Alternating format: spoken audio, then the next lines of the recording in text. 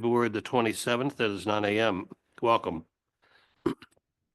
The public may participate in person or remotely by utilizing our web link and telephone conference link, *9 to raise hand, *6 to speak. Individuals are limited to 1 3-minute comment period for any item. Please keep your comments specific to the current agenda item. Chat is not supported. Let's start with, we have a kind of a leaner commission this morning. We'll start with our commissioner online. Logan, would you introduce yourself, please? Good morning, Logan Camporiale. Welcome, Logan. To my right, Wayne Brokaw. Pete Rayner. Stephen Pohl, your chairman. First order of business is what we call the open forum. This is a part of the docket where public comment on any item which is not currently on this current agenda. It's a small agenda today, all about the comp plan, but if there are citizens, residents from the county that would like to address the commission, either online or in our studio here, please do so at this point in time. Anybody raise your hand, Susan? Or Ron? No? Anyone in the audience want to speak? That would be the time. Oh, and we have another person. Lonnie, you get to introduce yourself. Lonnie Edwards, 7-year-old, just had tonsils out and my wife's at home and I was trying to get the other one to school. Thank you for being here, Lonnie. Always an excuse. Oh, Yeah. the dog ate my homework. I get it. All right. All right. Seeing none, let's move on. Scott, would you start the workshop for 2026 Comprehensive Plan charrette? Thank you, Mr. Chair, members of the commission. We have an update. We've talked to you about placemaking in 2024.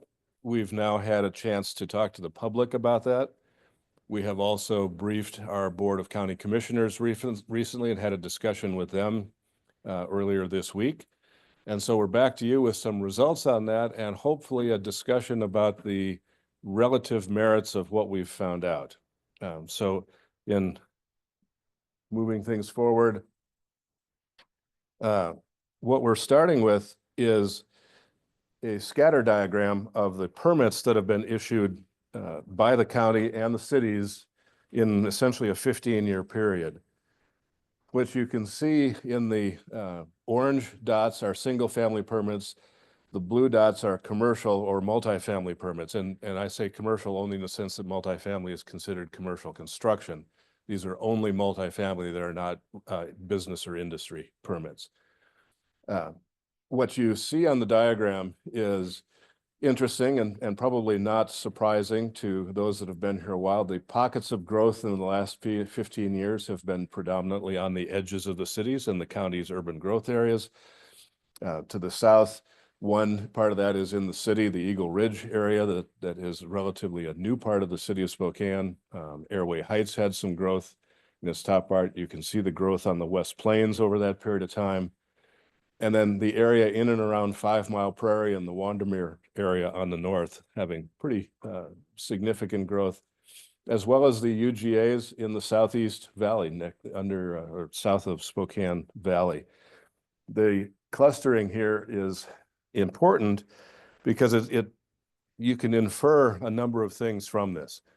One is that, the obvious, the growth is happening on the edges. It is not concentrated in the cities. Hasn't been for this past 15 years. Steady growth in all of the cities, to be sure. And what that means is the demand, or at least the market, is suggesting those urban growth areas on the edges have been strong recipients of growth over this period of time. We will continue to track this, but it's just an interesting way of looking at how the county has grown in this past few years. So here's what we call the first round of allocations.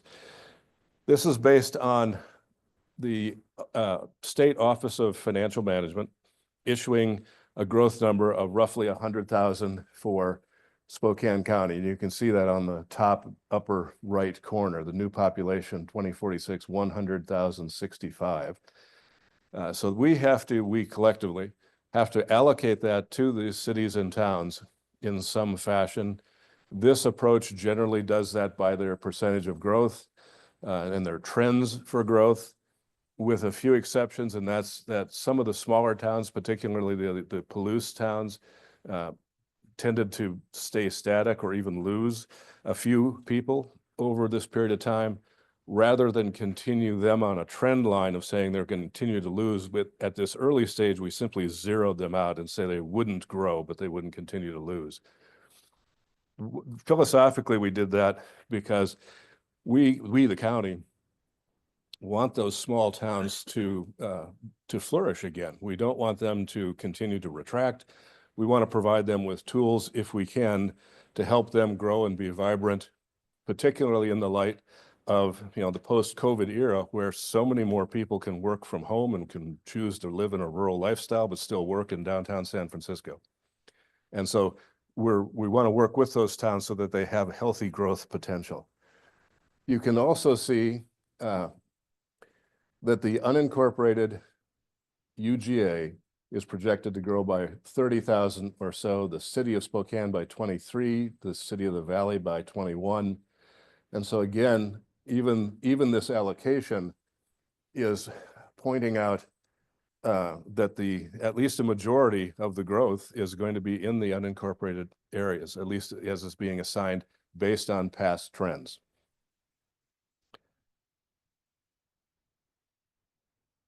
So here's generally how we start dealing with that capacity and looking at what's there.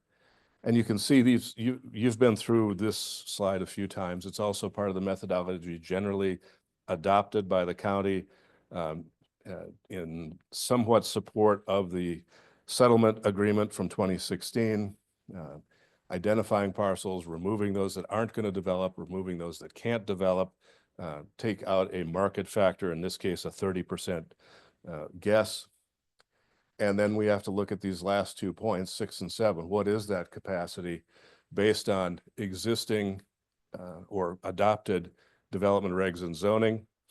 We also have included notably capital facilities, because if any of our cities, or the county for that matter, intend to pursue an infill development priority, we have to assess whether the infrastructure and the capital facilities are there that can support that, when that may not have been planned for those densities some years or decades ago.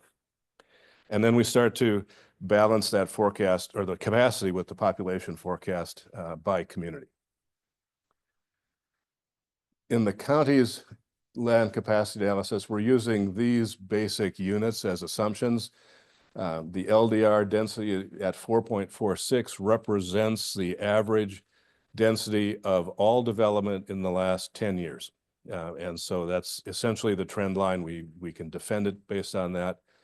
It doesn't mean we can't have a more robust infill strategy, or as zoning is changing, that might not go to 5 or something in the future, but this is what we use because it's the defensible number. Medium density is at its max. It didn't tend to be there for that period of time, but it's close enough that we may as well use the maximum limit in that. And high density averaged 20 units an acre. The mixed use, there's not very much of it, but what we used is what was there. We ended up calculating at 18 units an acre, and we put that on 50% of the zoning because of the mixed use designation. And then you can see the persons per household assumptions, pretty straightforward. They have been for kind of standards in planning for a number of time. 2.5 for single family home, 1.5 for multifamily, and just a kind of a round out of 2 in the commercial zones. So a couple of other things specifically for Spokane County, looking at what we call the partially used land, some metric of likelihood of redevelopment, and we looked at a value ratio of essentially 8 times the value it would or would not develop. And then on those parcels that had that potential, at the moment we have no definitive knowledge of whether that's true or not. So we left the existing unit in place and counted it and then added others around it rather than suggest that it might be scraped and completely rebuilt, both of which are plausible scenarios, but we don't have any detailed information to pick one or the other. As you can see here, what's we call in the underutilized land, typically that means, or the definition typically means residential uses in, or low density residential uses in higher density residential zones. We don't have enough of that in our county jurisdiction to be statistically significant. And lastly, the rural lands. This is a change from past practices, but it is also consistent with GMA going forward. And that is the remnant urban growth area bounded lands, notably around our small towns, that were left in rural classifications in the 1990s when they were created. Those that have not moved into an urban development factor or are not poised to be used for urban development in the next 20 years will be de-designated so that there's no more remaining rural lands in a UGA because they're legally inconsistent. Here's the summary for the county's UGA lands. We count roughly 1,000 vacant acres, partially used, a little under 900. 546 of these are already platted. That gives us a dwelling unit capacity a little less than 11,000 and a population capacity of roughly 24,000. As you saw in the, I think the second or third slide, our projected or our allocated projection for the 2046 level is 30,500. So we are, in this case, we are lacking capacity in the existing UGA to accommodate roughly 6,000 people. This is the first round of land capacity analyses coming from the cities and towns. We're still waiting on Airway Heights and Spokane Valley, but the others you can see are in here, including the county's calculations. The grayed out columns are simply the metrics, the various things we've used. The first two columns to the right of those is the future capacity. Those are the allocations, or I'm sorry, those are the capacities as calculated by the cities and towns. And then the last two columns are the allocations based on the HAPT tool for housing that you've seen and the population forecast from OFM. Notably, the city of Spokane is showing it has, its calculation shows it has capacity for 30,000 new residential units that could accommodate 63,000 persons. We have their preliminary report. We're reviewing that. I've talked to Spencer. We have some, I don't want to say concern as much as confusion a little bit. In the 2015 land capacity analysis, or called the land quantity analysis, then the city projected it had capacity for roughly 38,000 new residents. The city has not changed its municipal boundary. It has increased its density somewhat, but it is not using the BOCA or housing changes it has made recently in its projections. And so the question is kind of a simple one. How do you have 35,000 person capacity in 2015, grow for 10 years, and have 63,000 capacity 10 years later? And so we'll be having discussions with them on just, walk us through your methodology. Their capacity, to be fair, or to be sure, doesn't translate directly into buildable lands. There's still, this is the first round at that. And all of that capacity must also be broken out by the housing bands by income. And so if you've got capacity for 63,000, well, 30,000 units, what does that mean when they have to be allocated by area median income? So that's kind of the next thing going. But what you can see here is simply put, without the valley in all, the cities are showing capacity for 50,000 new units, and we need 69 or 70. So we're very close. We're still somewhat under that, but again, the city of the valley is not in this calculation yet. So this is the beginning of the challenge of translating this math into geography and to urban growth areas outside of cities. So quickly, these are the four largest in terms of capacity areas that the county has. And the Valley UGA is, you know, really, it's not one blob. You can see here, it's like 10 different polygons. But it has roughly capacity, we believe, for about 3,400 units. West Plains Thorpe, about 2,000. And these maps are on our web, and you can see they're a little hard to see here, but the color and scale in here is the vacant versus partially utilized versus underutilized parcels. And to give just another example from the West Plains, the former golf course on the very southern end of that has started slowly replatting itself into multifamily, into single family. So right now it shows a pretty big vacant area that, because it has started its transition, we do count that as vacant and available for development, not as a golf course or open space. The North Metro, about the same, another 2,000 or so capacity. And then the 7 Mile, a little bit less. And also, you know, another golf course converting itself into residential.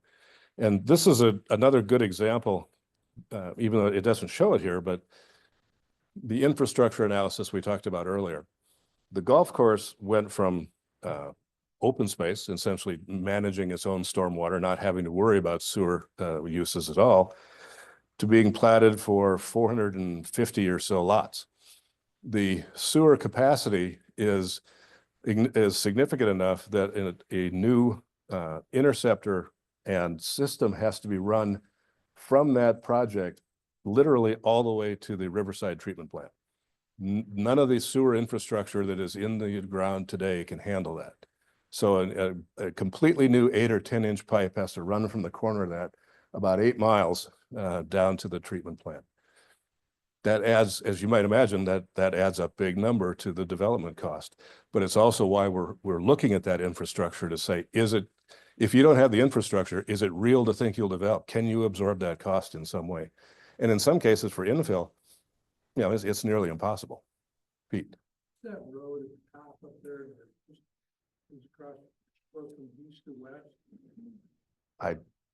I don't recall. I don't recall. It's not right apart. I don't think so. It's right. Well, you can see the Avista power line corridor going through there. Street that goes up to anyway. Yeah.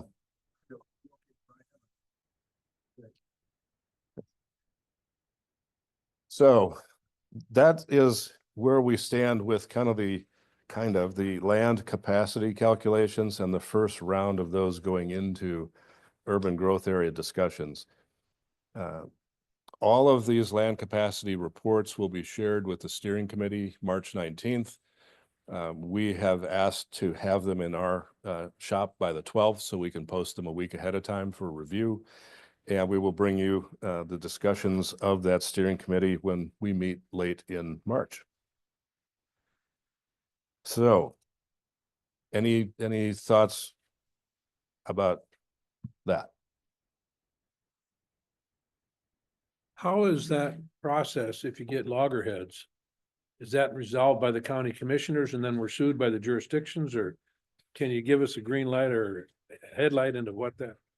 Well, it's a two-part process. The jurisdictions have complete authority to create their own land capacity analysis. Right. That is their judgment based on their math and Right. their zoning. Where it translates into an urban growth area is where we have to work together. Right. But ultimately, yes, the urban growth area boundary is a decision of the county board based on a recommendation from the steering committee. So if the collective urban centers say they've got capacity for 150,000 people, and the county doesn't buy off on that, says your capacity is 30,000, and we're gonna put the rest of these people out here, how is that resolved? Is that resolved at the hearing board, or, I mean, where does Well, that? No, it is a board decision. Okay. But to be fair to everybody, just because the city says it has capacity for 30,000 units, again, doesn't mean it has capacity for the housing types that have Right. been assigned to it. And so when we look at this translation from math to geography, there's also another kind of market factor in here. Where the under 80% area median income housing units tend to fall predominantly into multifamily housing. Yeah. So none of that's assigned to the rural parts of the county Right. outside of the UGAs. And it will predominantly go to places that already have the infrastructure to support it. When you go from 80 to 100, 100 to 120 and 120 and up, there may not be that capacity in the cities to absorb all of that if they have a higher share of the other, the 80% and under housing. So there may be pressure for that range of housing and those housing products that is going to spill out into the urban growth areas, much like the original scatter diagram we showed you for the last 15 years. Thank you. But we will still have to prepare an analysis and a defense of that meets GMA requirements, because anything we do is likely to be appealed because that's the way we are. And so what we're doing is making sure we have something that we can defend. Scott, we have a raised hand. Oh, I missed it. I'm sorry. Go ahead, Logan. Yeah, Scott, thanks for this presentation. Just a couple questions. Why did the city, or do you know why the city did not consider BOCA in their calculation? Are you not supposed to consider what your current zoning situation is? What's the reasoning for that, if you know? And did all of the other municipalities' calculations pass an initial sniff test, or have you not looked at those ones carefully? The answer to the first one is the city has stated that they didn't feel comfortable that they could produce any trend data based on BOCA and the other ones because they've only been in place for a year or two. And so they discounted that, which the corresponding statement is, if we look at that going forward, it means we have significantly more capacity than we've actually put on paper now. But they discounted it simply because they felt they didn't have trend data to defend. And on the second, we have only seen the basic raw numbers from the other communities. We've not seen their detailed LCA reports yet. We're hoping to get those by March 12th so we can review them before the 19th. Got it. Thank you very much.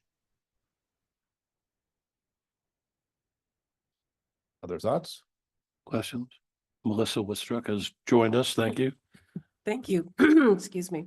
Thank you, Mr. Chesney. I appreciate the presentation. I'm kind of wondering, the persons per dwelling unit hasn't changed as far as I know in 30 years, something like that. And I don't know off the top of my head anymore how student populations or prison populations are accounted for in our own population statistics. I'm assuming the numbers for population forecasting are coming from the state. Correct. And hopefully that's based on real information and not the last census, which was totally buggered up, excuse my language. And who knows, perhaps the next one won't be sufficient either. But we have the American Community Surveys, which are coming out regularly. So I'm just trying to figure out, some of these numbers are pretty old. I mean, I understand they're accepted as generally accepted accounting principles. But are they real with with the immigration numbers we've experienced? For our purposes, they're good placeholder numbers because we can defend them as being generally accepted. This is a first round. There's an iterative refinement to these. Part of that's going to be market suitability for building. Part of it is going to be popular or persons per household size. We have heard from a number of builders and other kind of demographic profiles that 2.5 is probably more like 2.1 these days. And the 1.5 maybe 1.2. The household sizes are shrinking, generally speaking. Some of what's not taken into account is the blip from COVID that forced some, especially younger people, to move back in with their parents for a period of time. But generally speaking, we will probably look at those and see what we can do to survey our area. And if those household numbers are dropping, we will adjust accordingly. So we're aware of that distinction, but we use the generally accepted numbers as a starting point. Yeah. And to go back to the OFM trend line, they produce 3 lines: a low estimate, a medium estimate, and a high estimate. We chose the median in this case. Last time the county started with the median and then added numbers to it. That was part of what got us out of compliance, because that was seen by the Growth Management Hearings Board as significant as a comprehensive plan amendment, and the county did not have that discussion with the public in sufficient detail so that the public was aware of that change of population numbers, broadly speaking. By good guessing or luck, the county's number was actually closer to being accurate later than the median number was. We grew faster than the median number by a pretty significant amount. The median generally has us at like 1% or 1.5%. And during that period, especially a 5-year period, the county grew by 3%. And so the line from OFM, laying all that up, because the line from OFM went to here, and then it was adjusted to reflect that higher growth spurt. And then we regressed it back to the mean. So we accepted that higher number, but then the median one is still at like 1.3%.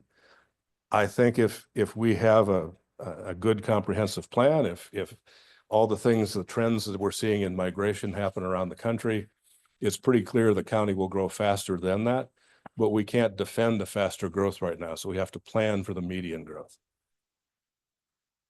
And just a kind of weird little follow-up question.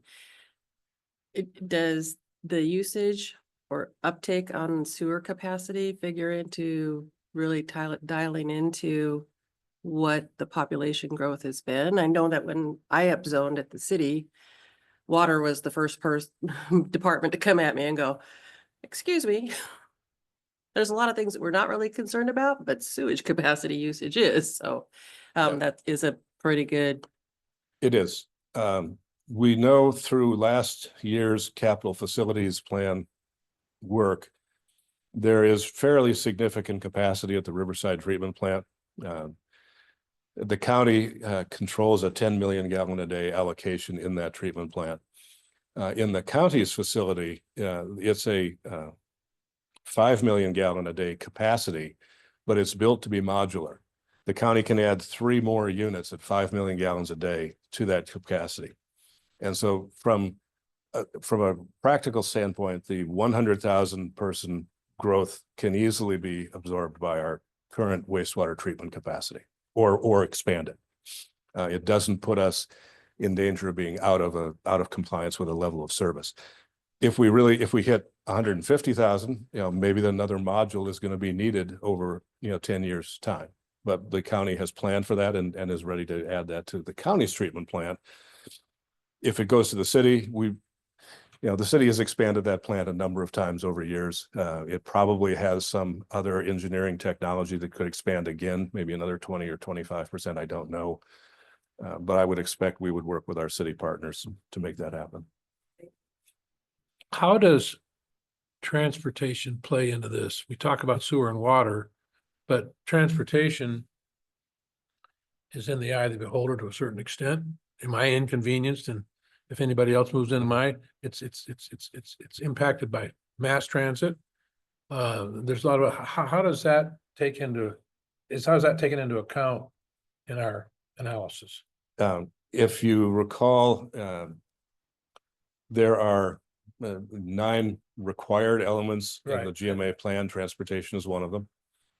It's extensively studied, and so yes, if to use an analogy that we've talked about here before, if we were to tighten the limits on growth to a degree that the market will not respond to that, we know we have a neighbor, Kootenai County, that has none of those same controls, is only 20 miles away, and it will boom with the things that would not be allowed in Spokane County. That has all sorts of implications, not the least of which is the potential to force and add another lane to I-90 to move that traffic back and forth. That adds that huge expense to roads and infrastructure if we can't accommodate some of the growth in our own county. So, those are things that we do have to take into account. Growth on the edges, that 7-mile UGA, historically, the northwest side of Spokane has like one way in, one way out, or it's really limited until, Strong Road and others finally gave it some relief. That isn't going to change anytime soon. You can't punch a new road through there, and you very likely aren't going to be able to widen, Indian Trail or some of those other roads. So if we were to add 600 acres on the end of that UGA, that would have an enormous impact on traffic and transportation unless there's some other relief. So it's one of the key ingredients in the capital facilities analysis of all growth. Is it realistic to think that mass transit will solve any of those problems in the fringe? I mean, Indian Trail, for instance, I know has bus service. I don't know about 7 Mile.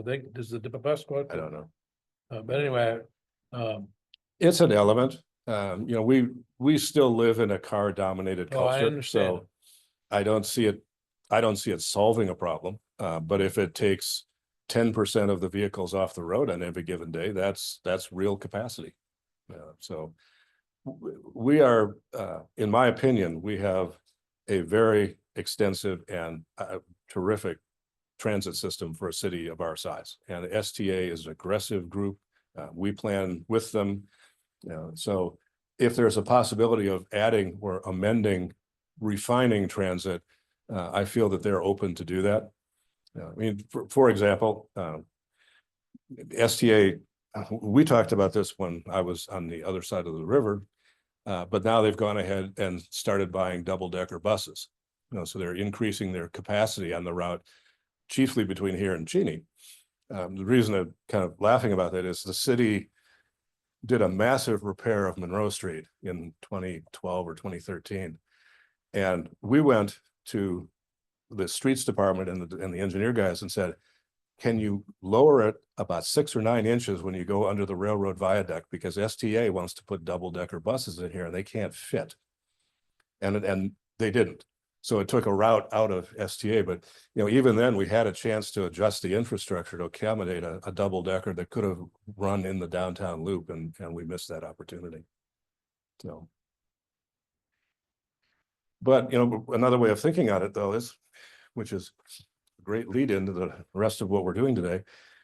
If we make more complete neighborhoods and villages out of the UGAs on our edge, out of our landmarks, then there'll be more trips that stay within those and less trips that have to go all the way into the core of the city on any given day.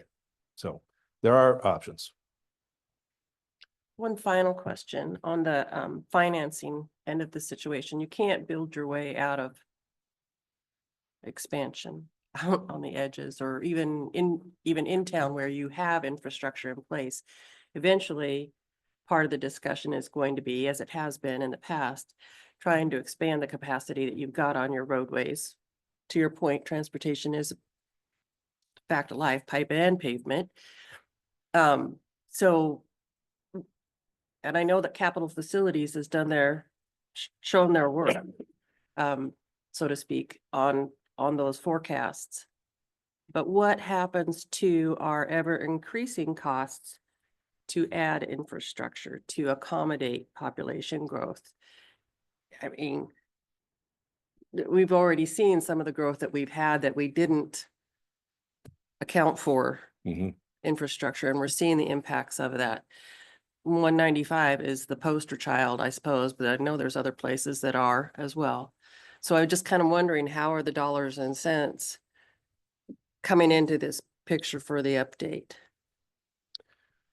Well, we have to start with, what do we need to accommodate growth? And then the question quickly becomes, how do we pay for it and can we afford it?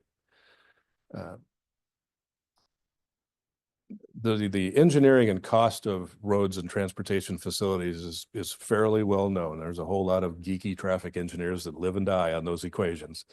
And so getting to the cost is fairly straightforward. In many cases, as we start looking at growth, particularly in that 195 to I-90 triangle, there's no effective east-west connections. The bottleneck at I-90 is not going to change anytime soon. You know, we already are noodling around different solutions because it's also foolish to think, not to be too specific, but it's foolish to think that you could expand the acceleration lane onto I-90 with the current structural capacity of the bridge. So very likely, if you wanted to drag that lane all the way across to give it, you know, lots of room for safety, probably the bridge was not designed to carry that additional load. So now you've got a $300 million solution. You have to replace the entire bridge. Well, what if you split that off, left the ramp for those that really need to go east, and did an entirely new bridge underneath the bridge and connected back to Sunset Highway? That might be a $30 million solution. Still $30 million, but you could plan for that over, you know, 3-4 bienniums of a legislature to get something done over a 20-year period. Much different than trying to fix the interstate bridge itself. So it's looking at transportation issues that may not be on paper right now. And then, you know, then you have that number. It's like, well, we've got a $30 million solution to this. Can we generate enough development tax funds to pay for that over time and to maintain it? No, it's a challenging conundrum of this is what we want. Here's what we can afford. We got to change what we down to this. Now this is what we need. Can we afford that? And so that's, you know, that's why we're all here, but that's why we have these discussions. So Historically, we've been reducing density as we've moved out of the core. always been true. And I've been captivated by some documentaries I've seen in the last 3-4 months on master plan communities, and they're mostly in the southern part of the United States, but they're taking 5,000 acre blocks. I'm just guessing at that number, and they're building them at 20 units per acre plus, so that they, right out of the ground, they deal with these issues. Are we hopeless in that? Is our next town going to be something north of Cheney? Are we just going to skip and or are we considering that for some of the few blocks of property we have that? It's a great question. I've got some slides to show you that. Okay, I'm looking forward. The quick answer to preview that is, you're right. They're not necessarily 5,000 acre projects, but they're square mile. They're 600 acre projects for the most part, or at the very least, you know, quarter sections of land. It's about the minimum you can do, in my opinion. But yeah, they're built at an urban density, even if they're built on the fringes. It's a principle, you know, from the 1920s. Ebenezer Howard and the Garden Cities movement had a core city and then these satellite cities, or a polycentric thing with green spaces and green belts in between them. It's not that different than what we're talking about now. The thing is, we don't have 160 acre parcels laying around to do this. And so we have to look at it from a slightly different approach, but it does bring into account the use of what are now landmarks and spaces in between cities that don't exist. And so that's, the GMA does not contemplate that at all. And so that's something we have to think about. You saw this slide several times. It's kind of those basic principles of how we're looking at placemaking, you know, neighborhoods, looking at the landmarks, and then, you know, making sure we're preserving, you know, rural lands, rural lifestyle, and our ag resources. What we did at our 3 charrettes, we asked our group, and the consultants set this up so they could use their smartphones, scan a code, and respond to these questions electronically.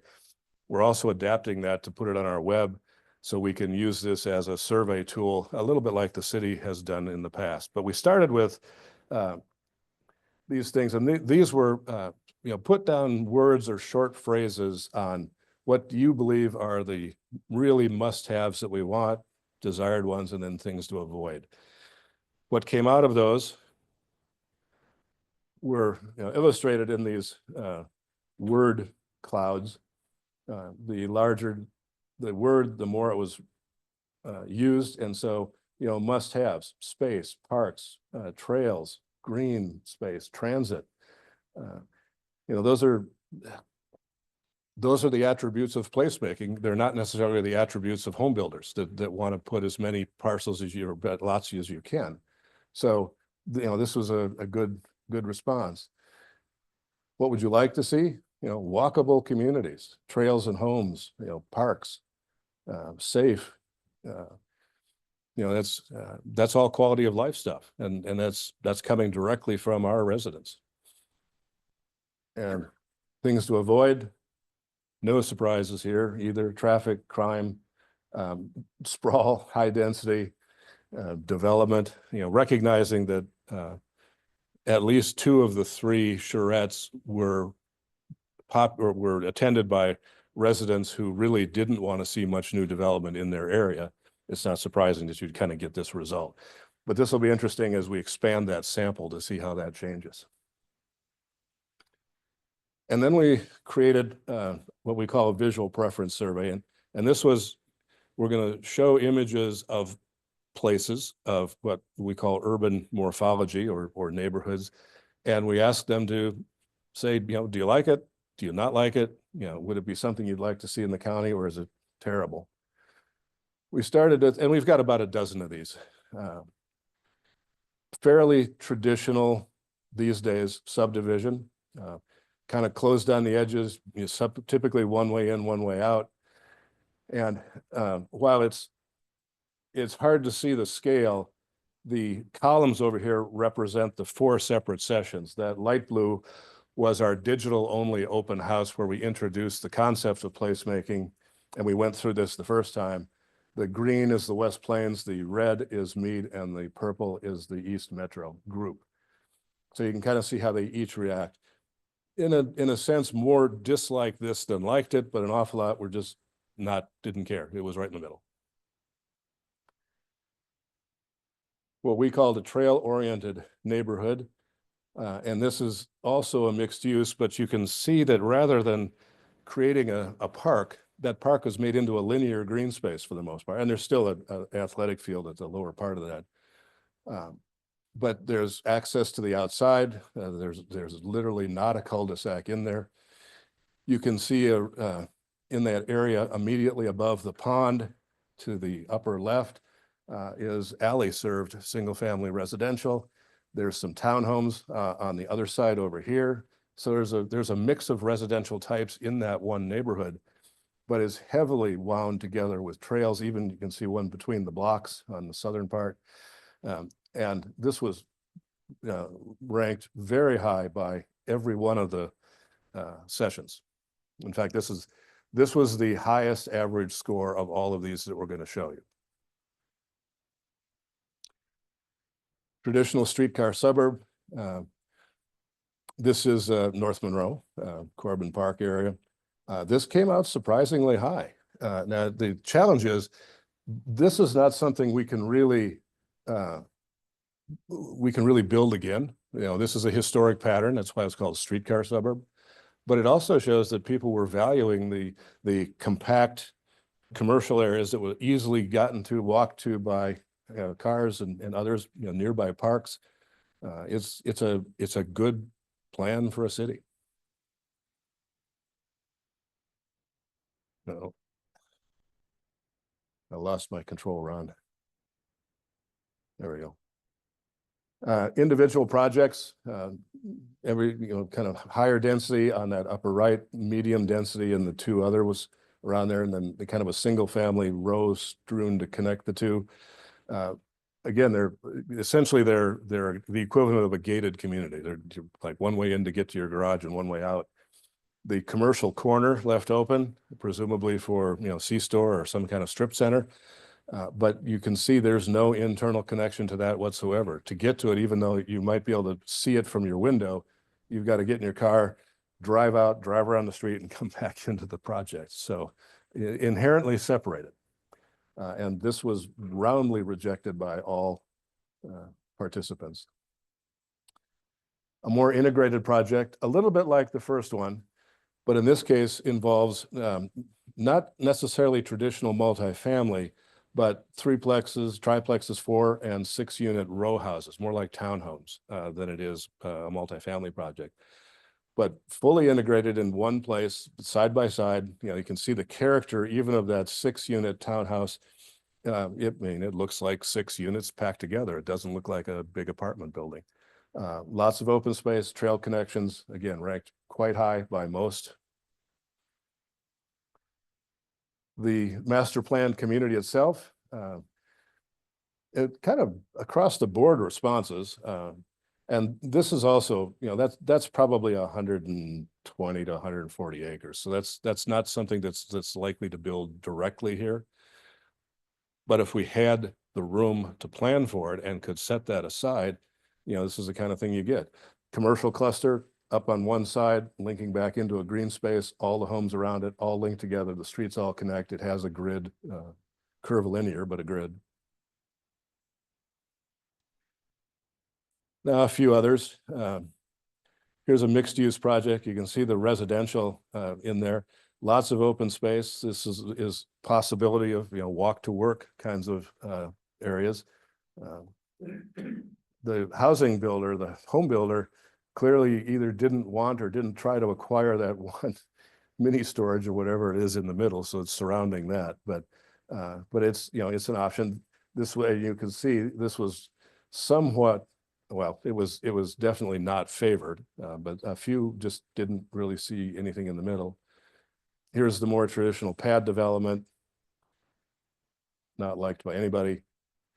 This is a fully integrated project along I-90. I-90 is the diagonal on the right side, where the orange projects, and there's much more of them off on this corner of the slide, are all multifamily residential of different characters and densities. The red are commercial, restaurants, small shops. The blue are offices and jobs. And so, this is a fully walk to work kind of project. This could be a version, if we do this carefully for the growing West Plains, where you've got all that employment out there, but almost no real residential that you could actually walk to work. This one is kind of a mini Main Street tucked between Arterial on the right, Arterial at the top, a 2-block Main Street built in there. In other words, all the commercial clustered along that one pad, parking behind it, buffers and residential behind that, a community center in the blue, and park on the green space at the top. So it's, if those who like the streetcar suburb idea, this is probably doable at some point if you could plan and if the market would respond to it, because it's just much smaller. And this was brought in by our consultants. It's on the west side, out in the islands.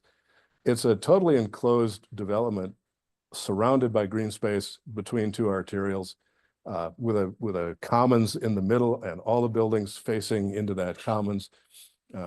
In one sense, you could see this as an expanded Lambert. If you look at Lamberts and don't want them to expand by sprawl, you put a boundary around them, but you allow them to grow in a way where they've got market capacity and density to move up. So that's what I had.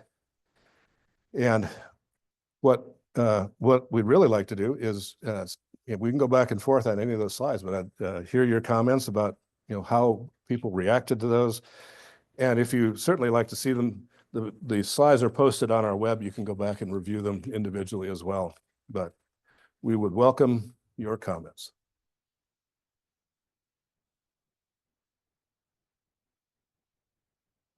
Appreciate it. This is really good data. Was there any segmentation by age groups? No. Not collected?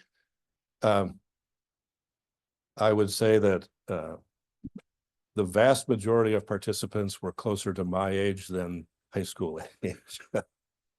So, for what it's worth. Oh, send it to the high school students. You might get some responses. Well, the odd part was at the Meade, we did at Meade High School, and they were having a choir and orchestra rehearsal out in their commons, and we were in the library next door. So we had our own music for that one.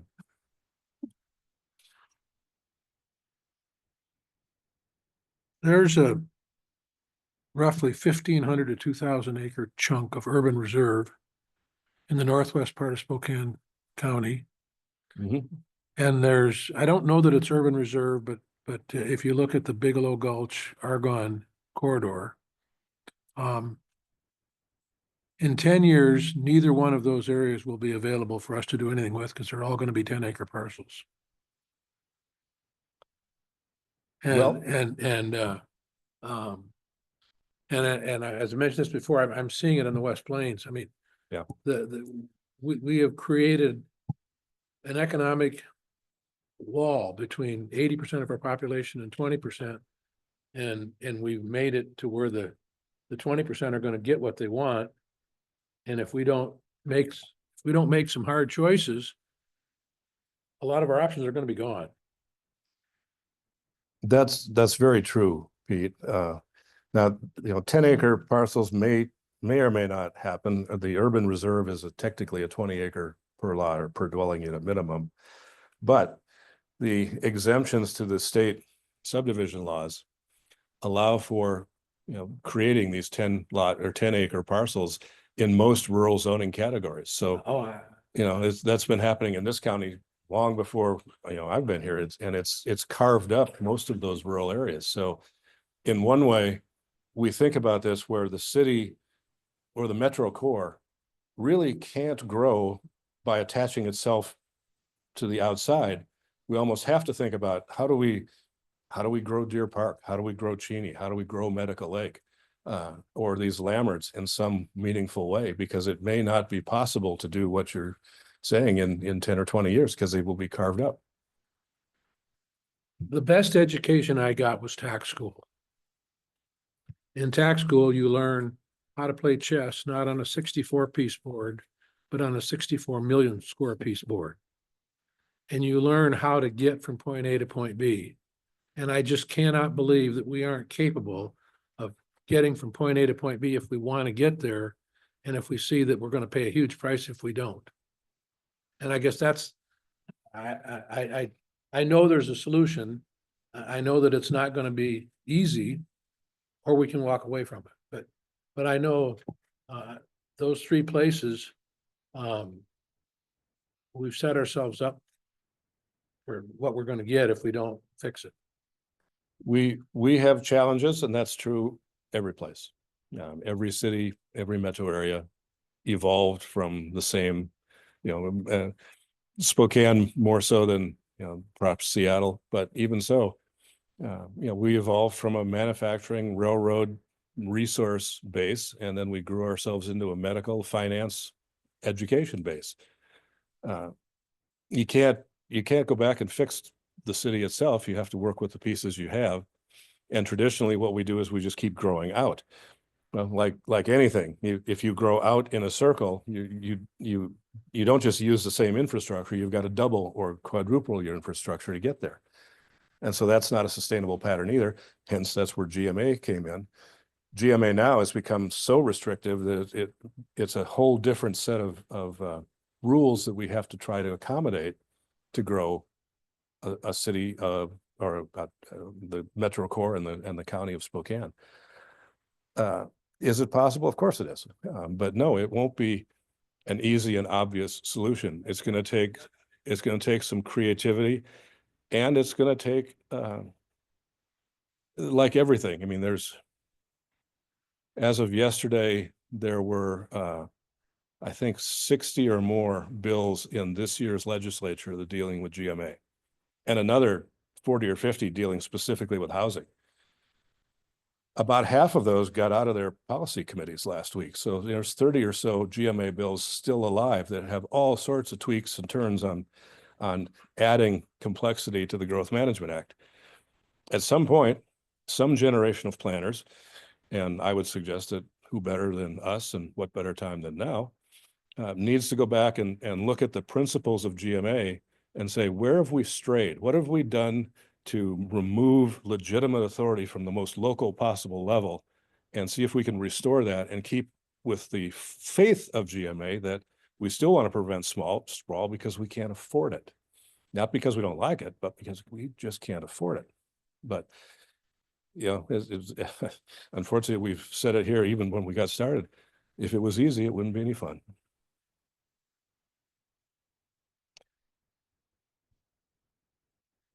Mr. Chairman, that's what we have for you today. Thank you, Scott. Very comprehensive, and thank you for the updates. Questions as we move to the end of our session? Oh, we have a hand up. Logan, is your hand up? Or was up? Logan?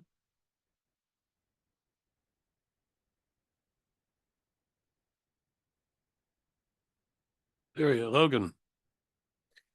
You have the floor. Hey, sorry, I don't know what happened to my panelist status. It's asking me to join again, but I'm not going to do it right now, so I don't want to get kicked out. But thank you, Scott. I appreciate the presentation. My question is there going to be another series of public facing workshops? I was able to attend one and thought it was productive as productive as it could be. And I'm curious what the next set of public facing communications looks like.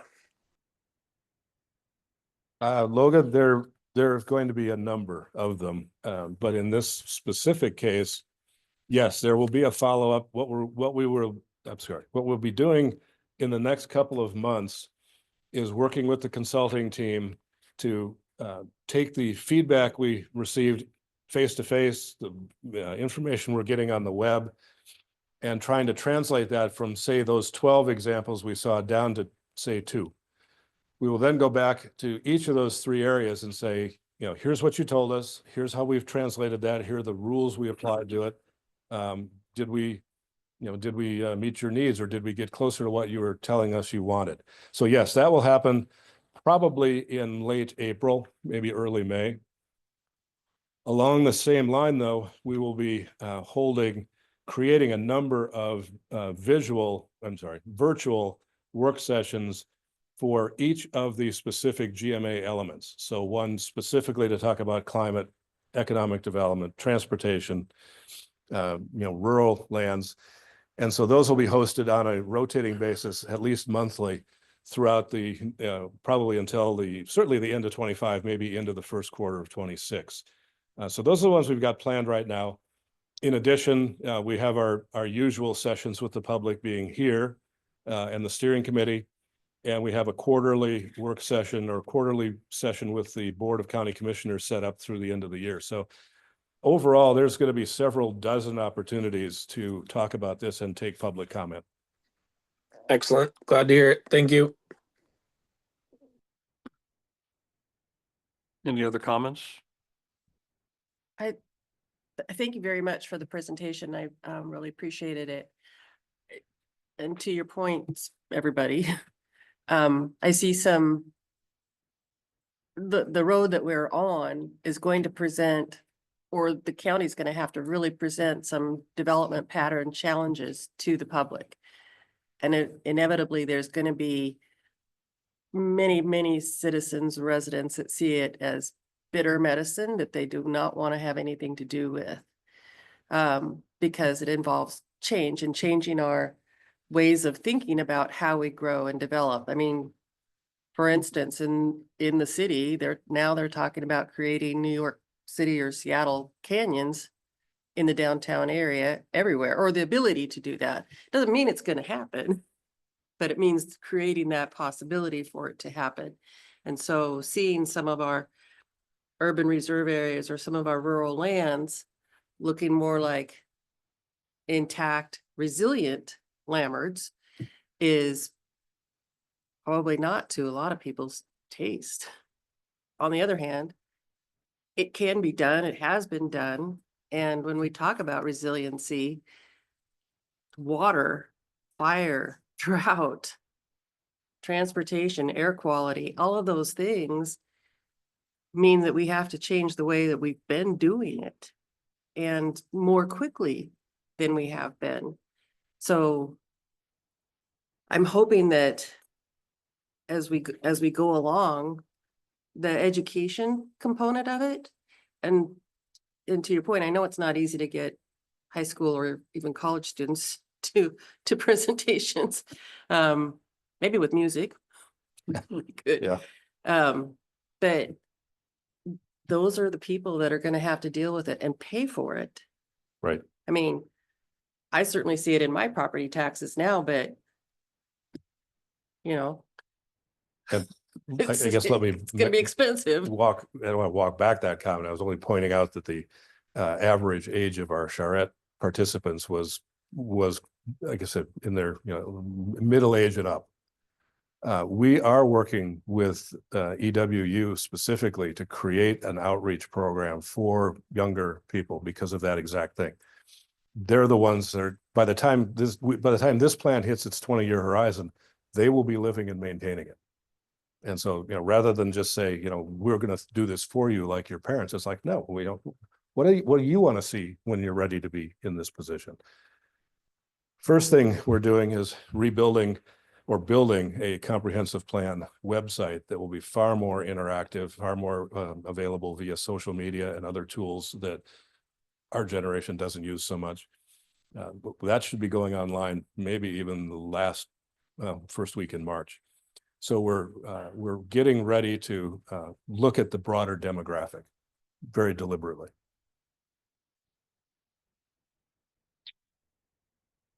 Thanks, Melissa, for bringing that up. The one thing I think a lot of us aren't aware of is hope.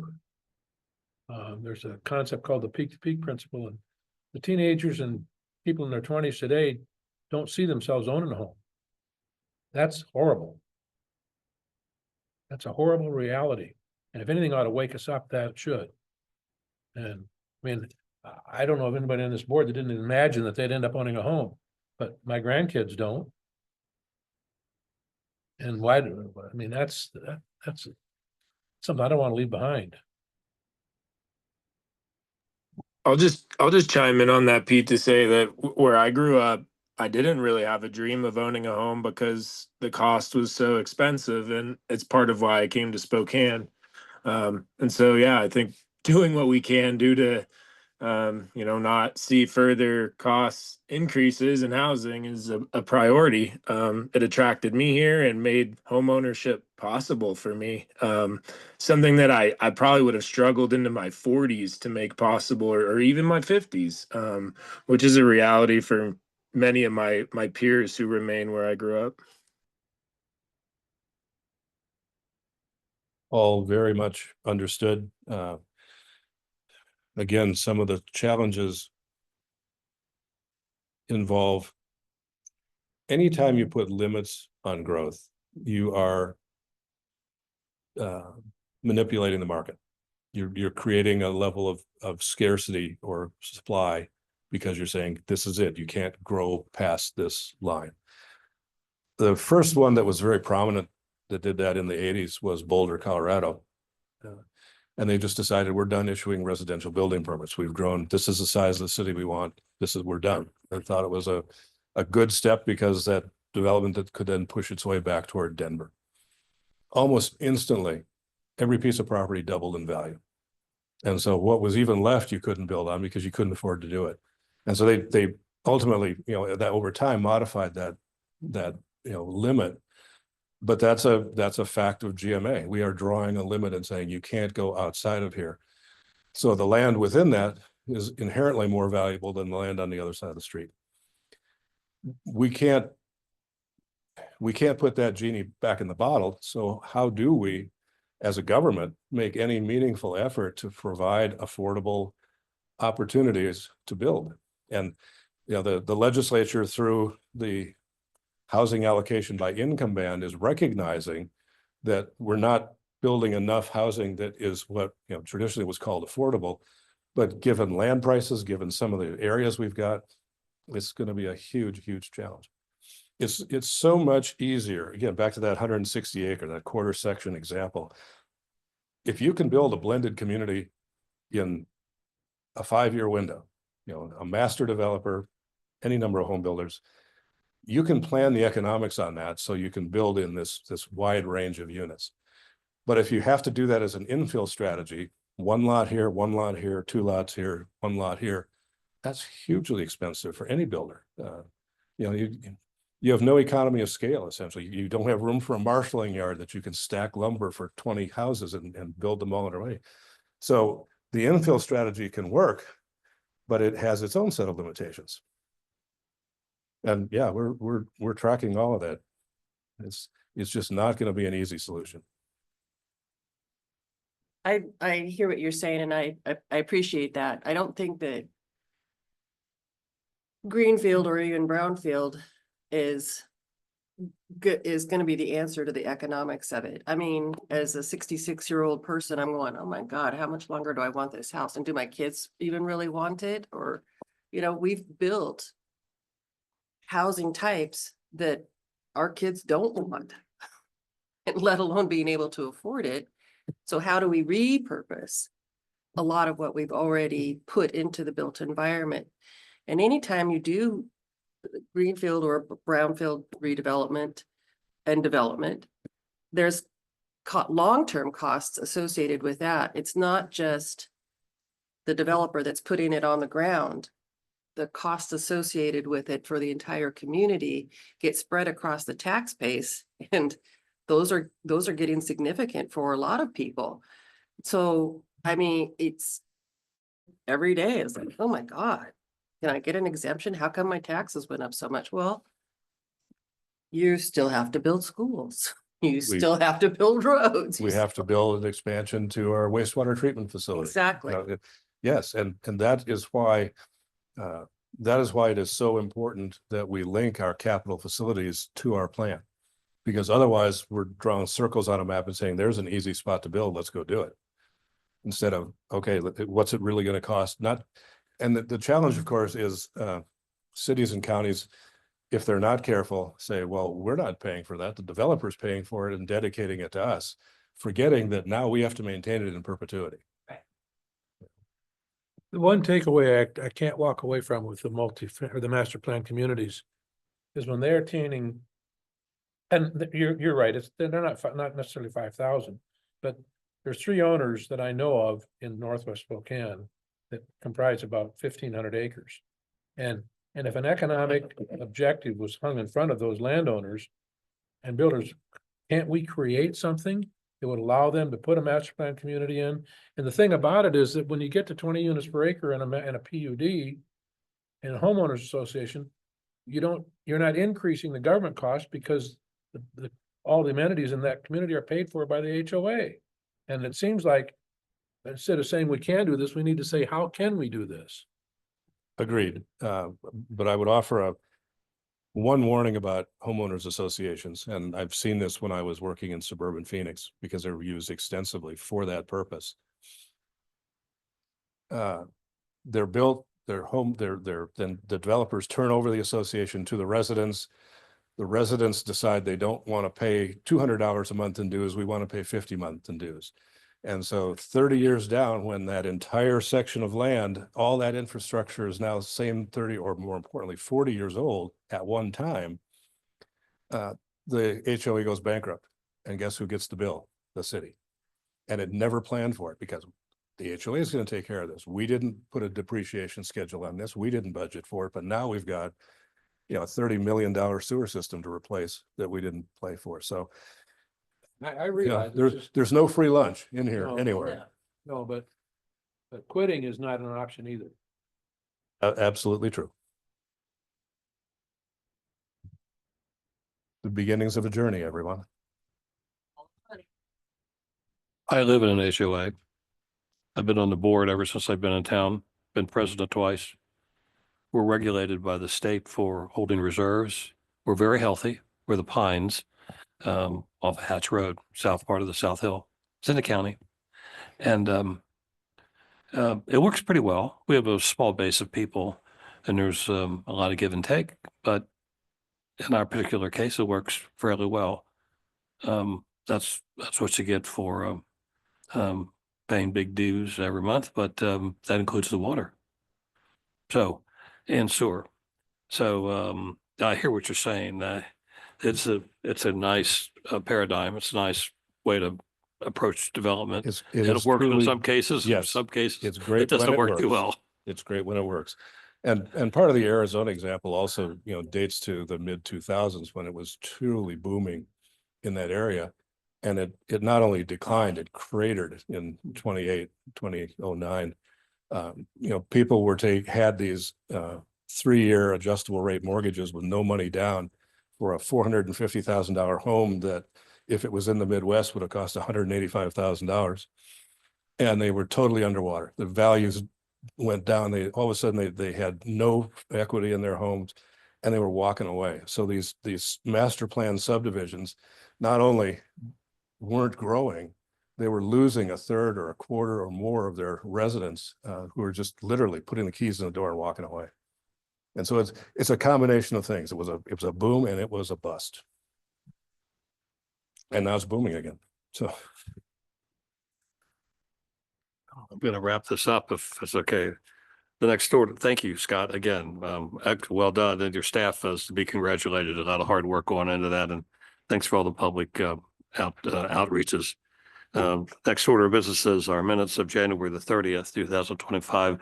They've been distributed to the board. Hopefully they're fairly short for January 30th. If you had a time to review them, Chair will entertain a motion to adopt those minutes. So moved by Wayne, second by Pete. There's no discussion on a motion like that. No amendments or anything, so let's ready for the vote. All those in favor of adopting minutes January 30th, signify by saying aye. Aye. Opposed Aye. by saying no. Thank you, Logan, we heard you. Thank you. Those minutes are adopted.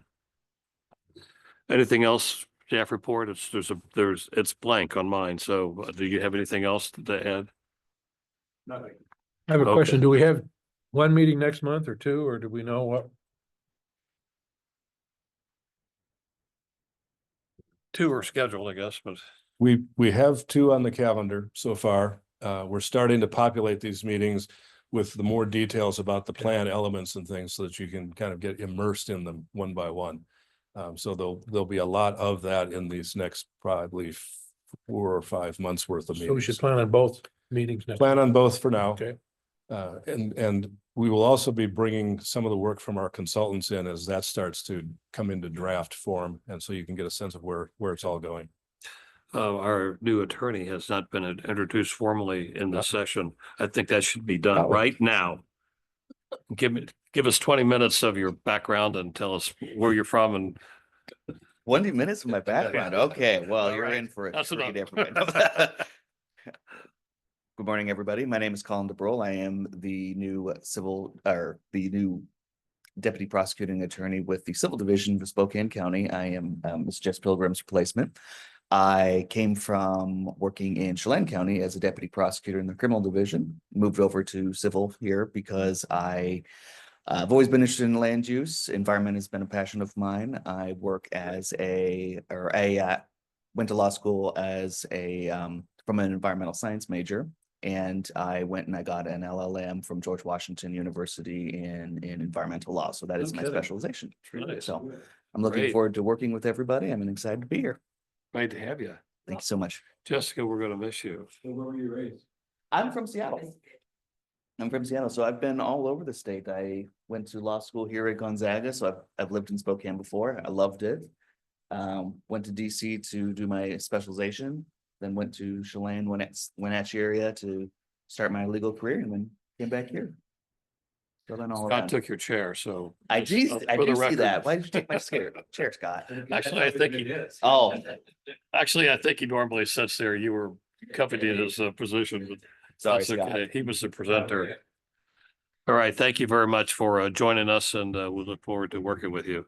Thank you so much. All right. Any other comments from the board before I call for adjournment? All those in favor of, I need a motion to adjourn Motion to adjourn. by Pete, Second. second by Wayne. All those in favor of adjournment signify by saying aye. Aye. All opposed, same size. Thank you, Logan. We heard you. We are hereby adjourned. It is 10:15. Thank you, everyone, for your service.